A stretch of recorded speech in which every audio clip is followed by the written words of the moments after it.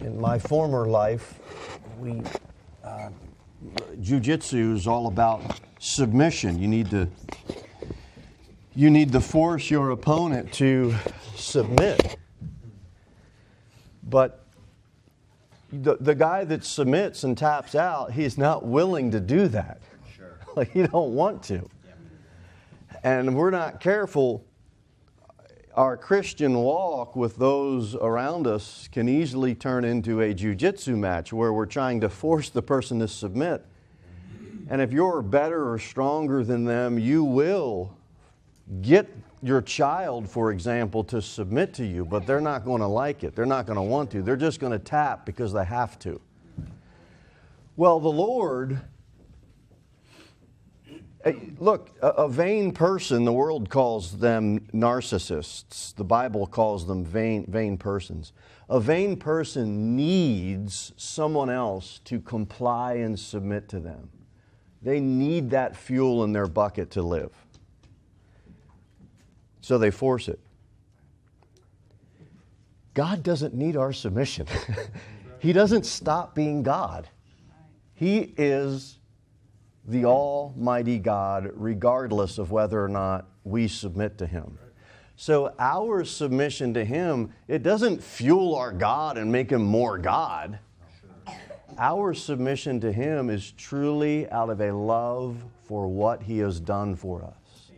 And that really should be something we take to all aspects of our life. And we are in Isaiah chapter number 3. A lot of this will be a vocabulary lesson.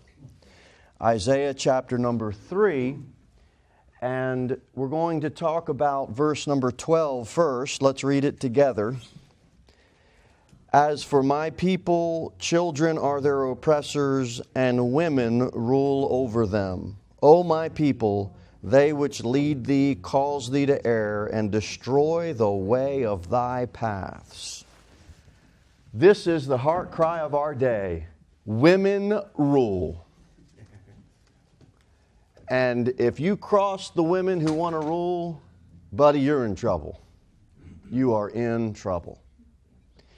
And their roles, the man is supposed to be the one who leads, the woman is supposed to be the one that follows in submission, but like we sang about and like we talked about, if you have to force that and she's not willing, then the relationship is off.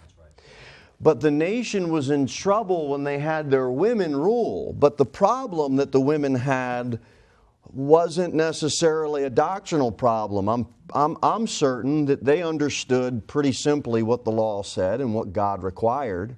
It's just that they were unwilling in their hearts to be submissive to that. And just how guys can play the false humility card. You know, they're going to act like they're humble, but they're not. Women can play the false submissive card. They're going to act like that they're something that they're not. God calls it out to the nation in Isaiah 3, and in verse number 16, watch what He calls them. Let's read verse 16 together. Moreover, the Lord saith, because the daughters of Zion are haughty, and walk with stretched forth necks and wanton eyes, walking and mincing as they go, and making a tinkling with their feet. God said the women are haughty. You know, you young people say that. Haughty.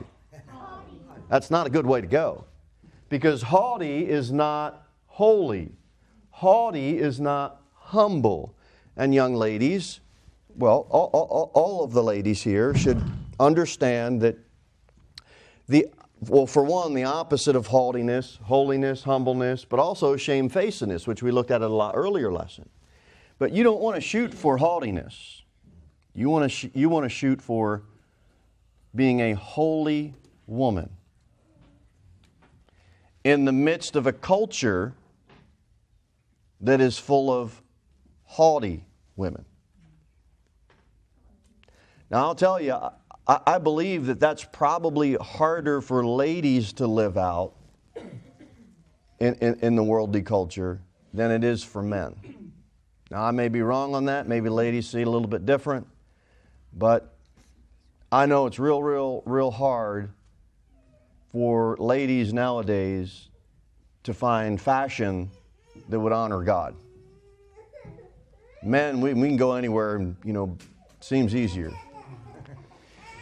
This haughtiness now, remember we talked about in the modesty, when we talked about the gender distinction, we didn't get into articles of clothing, and we looked at the principles on how different cultures all have something masculine and something feminine, and then the specific articles of clothing change from culture to culture. Well, this is interesting in Isaiah 3 because now we are going to look at some specifics. And we're going to find the specifics really don't have anything to do with wear or not wear. The specifics have to do with the haughtiness, that spirit attitude behind what they're wearing and what they're doing. And we see stretched forth necks. Now, you young people, let me see you stand up and stretch your neck out real wide, extend it upward, put your nose in the air, and really give a proud, superior position. Yeah, that was the idea. So they couldn't even have their neck right with God. Okay, that's good. That's good. They want to strut around, and if they can strut around like that, they can look down on others. That stretched forth necks, it was just an attitude that said, I'm superior to you and I'm better than you. It was a hard issue. God's not saying there's anything wrong with stretching your neck out or having a longer neck than what He's saying is this hard attitude of I'm better than you has to go. What happens after the stretched forth necks? What else do the haughty women have? Wanton eyes. Those are, young people, let me hear you say, wandering. Wanton eyes are wandering eyes. They're flirtatious eyes that would seek a room, it would seek a crowd looking for attention. The looks are designed to be suggestive. It's, you think of the ladies, just kind of batting their eyelashes. Look at me, Or they would use their eyes in a purposefully provocative way to draw a man away. And the downfall of the community in Isaiah 3 wasn't the debauchery of men. It was haughty women. Now you think about this for a second. Men have always been considered the more debased sex, the more,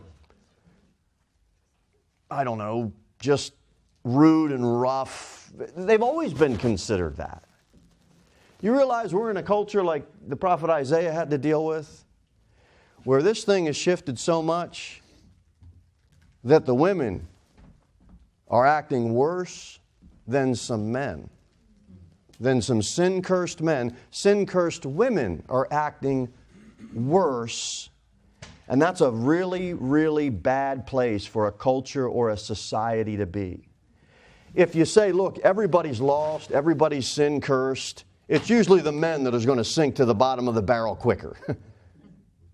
And it's usually the women who are kind of holding some level of humbleness and holiness. Even though they don't know God, there's still a conscience God gave them. I'm telling you, that scale has, if it's not leveled out, it sure is close to flipping and tipping. And that's the downfall of a society. And I'm telling you, men are to be the aggressors. Men are to be the initiator toward a woman. It's not supposed to be the other way around. Women aren't to run after men. Women aren't to go aggressively look for a spouse or a mate or anything like that. It's the man who is supposed to be the one that initiates in a proper, respectful way. I'm telling you, the worst sign you can see in a town is on those bars that say ladies' night. Because there's no ladies in that bar. And that haughty attitude, that stretched forth neck attitude, that wanton eyes attitude, it is what draws these men in. They're not meeting ladies. They're meeting aggressive, haughty women. And then it says in verse number 16, after the wantonize, it says, walking and mincing as they go. Because they don't want to walk naturally. This mincing are short and showy steps. It's the runway strut is what this mincing is. There's no reason to take tiny little delicate steps to draw attention to yourself, ladies. For the sake of illustration, I considered trying it, but I don't want to embarrass myself or you. But it's ridiculous. Just walk normal. Walk natural.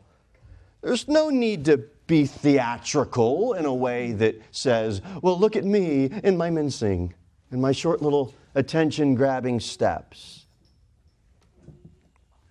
God, ladies and gentlemen, God made women so that men would naturally be attracted to them. Adam and Eve. There's no reason or nothing in Adam that God made that would attract him to any of the animals that was made in the creation account. But he did make Adam with a natural affection and a natural attraction to a woman, and so he created Eve. That's a natural thing. There's no reason, ladies, to get into all of these exaggerated, haughty things.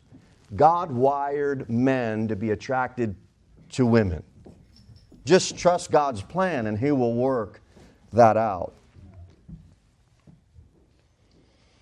And God does not want women to use their God-given natural attraction to incite lust in men. That would be haughty, not holy.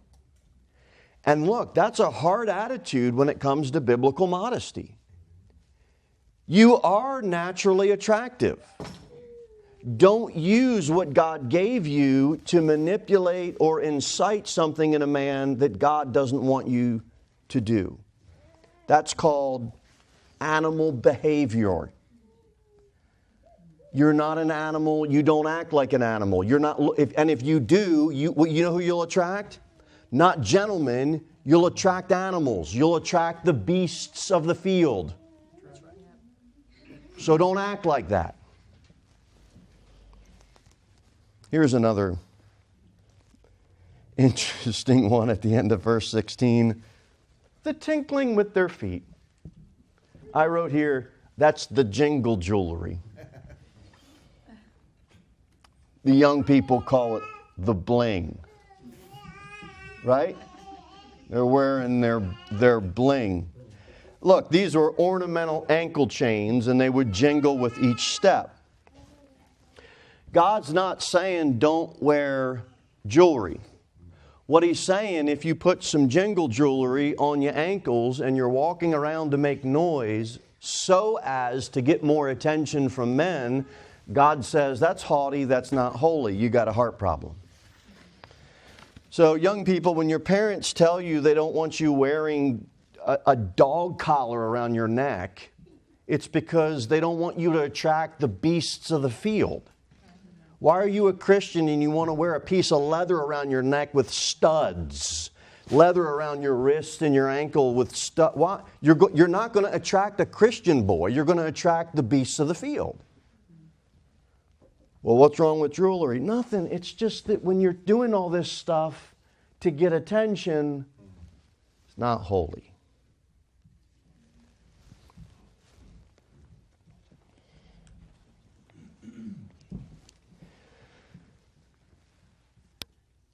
Moms, if you allow your daughters to advertise 25% off or 30% off or 50% off sales, don't get upset when they have some buyers. Pay attention to what you wear because your daughters are watching, and pay attention how you act because your daughters are watching, and they are going to look. If you have a truck, gentlemen, and you go 5 miles over the speed limit, it's likely your son is going to exceed what you did. Well, Dad went a little fast. Well, Dad going a little fast in their mind means 15 or 20 miles over. So, ladies, if you want to go 5 miles over the speed limit, you probably are setting yourself up for your daughters wanting to go 15, 20, 25 miles over the speed. If Mom can do it a little, then I can. But a little to them means a lot more than what you had initially calculated for. We're talking about hard attitudes. And remember we read, you don't have to turn there, but in like manner also that women adorn themselves in modest apparel with shamefacedness and sobriety. Modesty was supposed to be about women professing godliness, not attracting lustful attention, not professing haughtiness, not professing vanity. Now that's a hard issue. Isaiah 3, look at verse 17. Therefore the Lord will smite with a scab the crown of the head of the daughters of Zion. That's those haughty women. And he says, you know what, ladies? You want to use your hair in a seductive manner?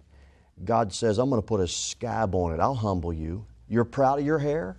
You want to spend all that time fixing your hair and drawing lustful attentions out of men? You want to be haughty? You want to rule? God says the next time you flip your hair, it's going to fall out. Lice is going to come out. Bugs are going to come out. You love your hair that much? I'll take it away. I'll humble you.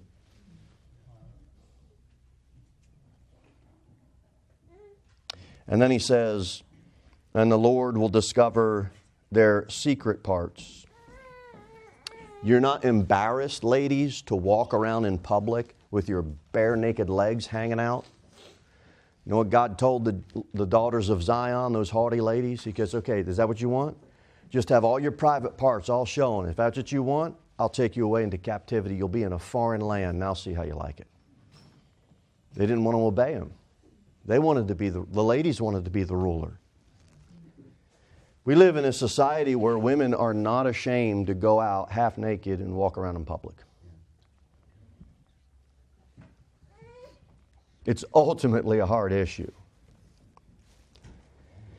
Look at verse number 18. Bible says, in that day the Lord will take away the bravery of their tinkling ornaments and their feet and their, this next word is calls. And their calls. That's a decorative hairnet. It's full of gold and jewels, and it has beads woven into it. It's to display wealth. If you had a call, you were able to display wealth. Besides summer, has anyone ever heard of a call birth? C-A-U-L, birth? That's a rare, that when a baby is born and they have intact the amniotic sac still covering their head. So that word is still used in modern language. That's called a call birth. That membrane is called a call. It covers the baby's face like a veil or a net, and that's called a call birth. Now that's different than an call birth, EN/call birth. That's when the baby is born inside the entire amniotic sac. And those are not as rare as a call birth, but they still do happen where the woman's, I'm assuming the woman's water doesn't break, right? She just come out and then that sac breaks after the fact. So the word call is a very modern word. Some of these are archaic words, but this one is still in use. And then verse number 18 goes on to say, and their round tires like the moon. You're not going to come over our house and see my wife, walking around with a tractor tire around her. That's not what it is. Look, what I have on is attire. What you have on is attire. That's full attire. But I also have on tire, an accessory to the full attire. A tie clip, a belt, Those are called not full attire, those are tire. They're accessories. They're clothing accessories. So that's all that is. And it says like the moon. So these big flashy crescent-shaped necklaces, or you think of Derby Day, the Kentucky Derby, the Derby hats. What do all the ladies come? They come with round tires like the moon. They have these big hats where it says, look, everybody look at me. I'm the richest lady in the stadium. That's what they do. And there's a lot of rich people in that stadium. That's what that is. So it's these headbands, these hats, these accessories, not full attire, just tire accessories. And look at verse number 19. It says the chains and the bracelets, and then the mufflers. The mufflers. It's the same concept, muffling up. The same idea, it's covering or wrapping. So when it says mufflers, those were just veils or face coverings, something that would cover the head or the neck. Again, it's ornamental stuff. Scarves, shawls, turtlenecks, something that you would put around your face, and you wanted to use it to show status. You wanted it to draw attention rather than serve its practical purpose. What was the practical purpose of a muffler? God is not saying that ladies back in the Old Testament couldn't wear a muffler, but the practical purpose of that muffler was to muffle the wind coming in. So you would have a scarf to protect against the wind coming into your face and neck. You'd have some type of accessory that was functional, that played a role. And so this is an archaic word, but still you can understand the meaning from the word with just a little bit of Bible study. These haughty women, they got too much air going out. They weren't concerned about the air coming in, muffling that. They had some other things they needed to muffle. Their heart of haughtiness. Verse number 20 says the bonnets, that's a decorative headdress, and the ornaments of the legs, and the headbands, and the tablets. Those are small ornamental boxes, these tablets here, or containers that were worn as jewelry. A lot of times they'd have a little perfume in there, or they have like some scent in there to make them smell good. But this tablet here describes the form, not just the function. It wasn't necessarily what was inside of them. I mean, they could have anything in there. Just some small little flat ornamental box. It's just that they wanted to show off. So if you got a little locket or you got a little, I don't know, all the stuff ladies wear, but it's just checking your heart. God isn't saying that these specific articles of clothing are inherently sinful. He starts off with a desire for women to rule and then their haughty attitude. Bible says in verse number 20, and the earrings. Verse 21, the rings and the nose jewels. Now, Lily and Milani and Hannah, Brinley, Hallie, and Aloes downstairs. God isn't telling you to get a nose piercing. Okay? It's nose. It's not a nose ring. Okay? Well, the Bible says I can get a nose ring. No, it says nose jewels. Nose jewels. You ever see some of the real old movies, and they had like a band around their head, and then off of that band, it was like strings that came down. It was like a half a veil, and then you had like beads at the end that would come right down to their nose line. Those are nose jewels. So they had them around their head, and they'd kind of come down, and the little veil there, or those nose jewels would accent that area of the face, and so they were called nose jewels. And I mean, Ezekiel 16, I have a cross reference here. It talks about, and I put a jewel on thy forehead. So they had these things they would wear on their forehead, and then the jewelry would hang and it would come right to their nose line, nose jewels. And then verse number 22, it says the changeable suits of apparel.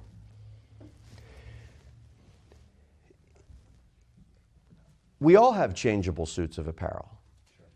It isn't wrong. I mean, I wear this on Sunday, but I don't wake up and wear this on Monday. American wealth allows us to have changeable suits of apparel. Ladies, there's nothing wrong with having a closet full of changeable suits of apparel. But that is a display of wealth. That's showing that you have more than one shirt, more than one dress, more than one outer garment. And the more clothes that you have, ladies and gentlemen, the more wealthier you are. It's okay to have different clothes for variety. It's okay to have different clothes for different occasions. What isn't okay is the hard attitude that says, I'm so rich, I can display everything I want, and you're wearing it to show off. That's what God is trying to get to, the heart of the matter. He's not saying throw all your clothes out and just have one article of clothing to wear. And then he goes on to say in verse number 22, the mantles, those were dignified outer garments worn over. It was raining this morning, so I brought my mantle. For men, a lot of times it was a cloak or a cape. Now, this really isn't a cape, but you know, back in the old days, men had more, they'd wear capes or cloaks. So they called it a mantle. And it was, you think of a fireplace. There's a cloak or a cape that covers that fireplace. What do we call it? A mantle, a mantelpiece. It's the decorative framework. Okay? So God's saying, look, these outer mantles, these outer garments, what frames you, if something isn't mantled, if we're going to take it apart, what are we going to say? We're going to dismantle it. We're going to uncover it. We're going to strip it down. You have the earth's mantle, right? A layer of covering. But God says, look, you got all these mantles, these expensive outer pieces, but your heart's far from me.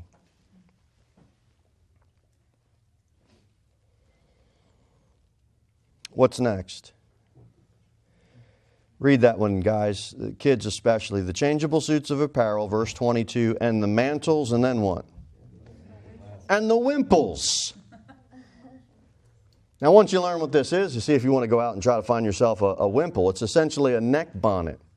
A large flowing shawl. It covered the head.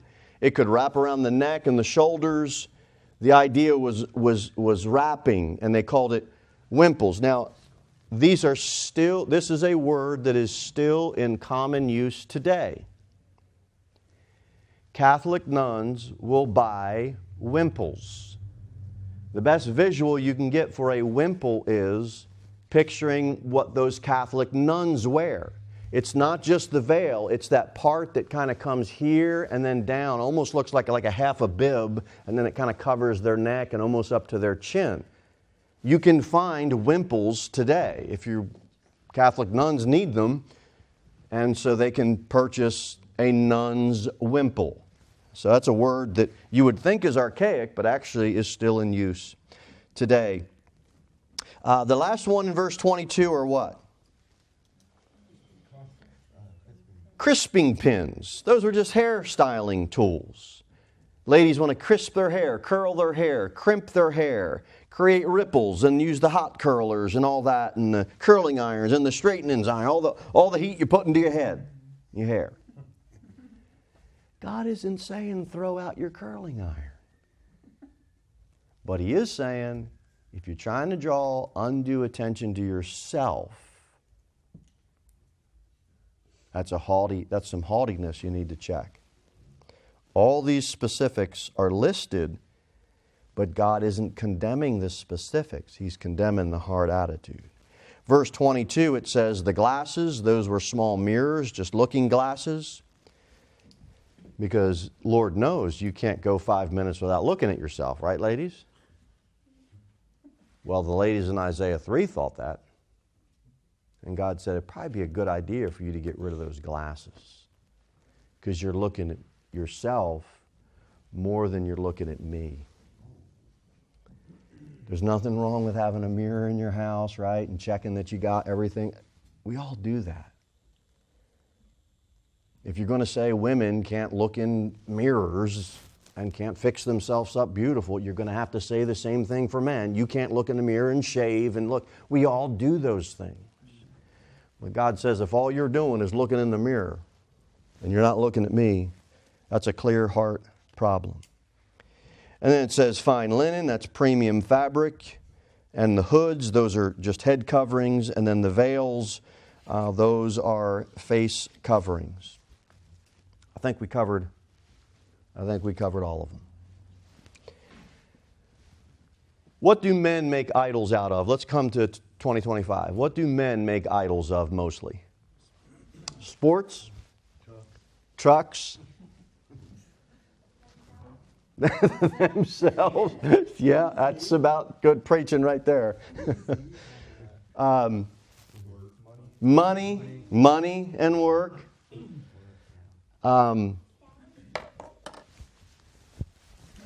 Fitness. Okay? That's men. That's men. That's men.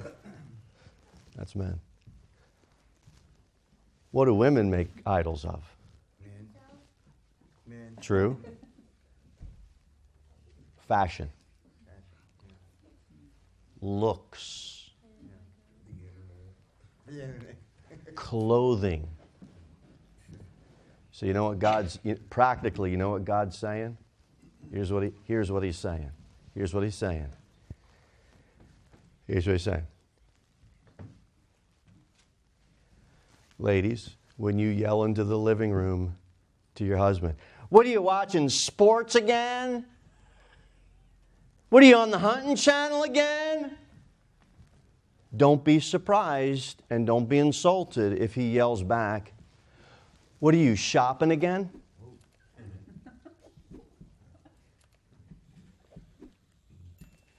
We're good at pointing out other people's idols at the expense of looking at our idols. Yeah, I am watching the hunting channel again, honey, because you spent all our money and you've been out shopping all week. Look, both parties are to blame. If hunting's your idol, I'm not telling you to continue in your idol. All I'm saying is we got to be careful about seeing our spouse's idol at the expense of looking at our own idol. Is there anything sinful with hunting? Of course not. Is there anything sinful with clothing? Of course not. Of course not. But when it takes the place of God, he essentially tells the nation, I'll strip it all away from you. So we're better off just giving it to God before he just strips it from you and you find out you're going to be naked and without anything before God.